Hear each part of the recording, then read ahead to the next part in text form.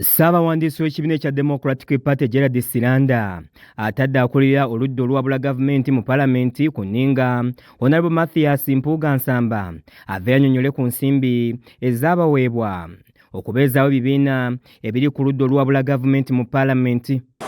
Waliyo budget eweewa leader of opposition ng'eva mu parliament allocating a Ssente to the leader of opposition. Tetulowooza nti leader of opposition eteekwa okuwaddiika omutemwa gwayo a certain percentage. Kale tugambe nti 100% ekontrolinga leader of opposition ne director of opposition kuba balina abakozi n'ebirala naki naye wateekwa okubaawo percentage parties ezigabana ne nuupu nga mweri twetaaga percent ya jema eya PPP eya FDC eya UPC neogamba nti 10% we will agree.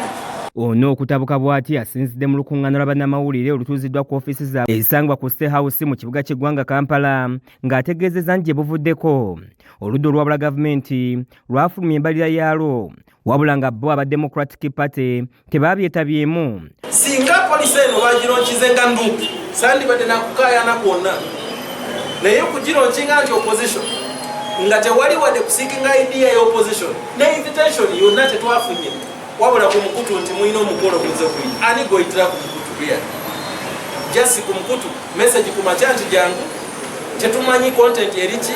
Bw'atuuse ku bulyake n'obukenuzi obufumbekedde mu ggwanga naddala mu bakungu aba gavumenti asimye abakulu mu poliisi n'ebitongole ebirala abayimiridde ku magulu gaabwe ne bakola ekyo bannansi kye baludde nga bayaayaanira bwe bakutte minisita avunaanyizibwa ku nsonga z'ekkalamojja Merigolo Kitutu gye buvuddeko. Eggwanga lyaffe ndowooza tunatera lituuma linnya nguzi ate ng'enguzi teriibwa bantu baffe ba bulijjo. Poliisi n'ebitongole byonna bya gavumenti birina obuwagizi bwa DP.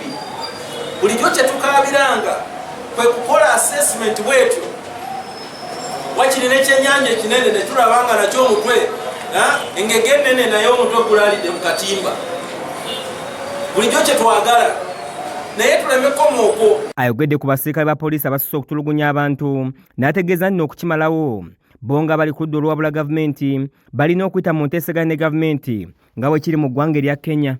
Mu mulembe guno tetwandibadde na poliisi nga tufaanana nga bwe tuli era kino kimpadde ekyokulaba nti kyetwayogeranga ntwetaaga okukola ennongoosereza eziyamba mu kutereeza entambuza ya poma zeetaaga naye we twayogera e Uganda bw'okola ekyo bagamba mulabe Museveni yamuwadde katansenoge gy'olubuto.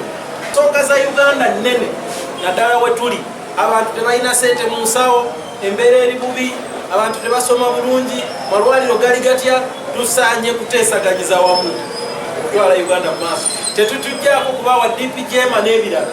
Kizza Peter yakusakidde eggulire lino ku lwa KSTV agaleero.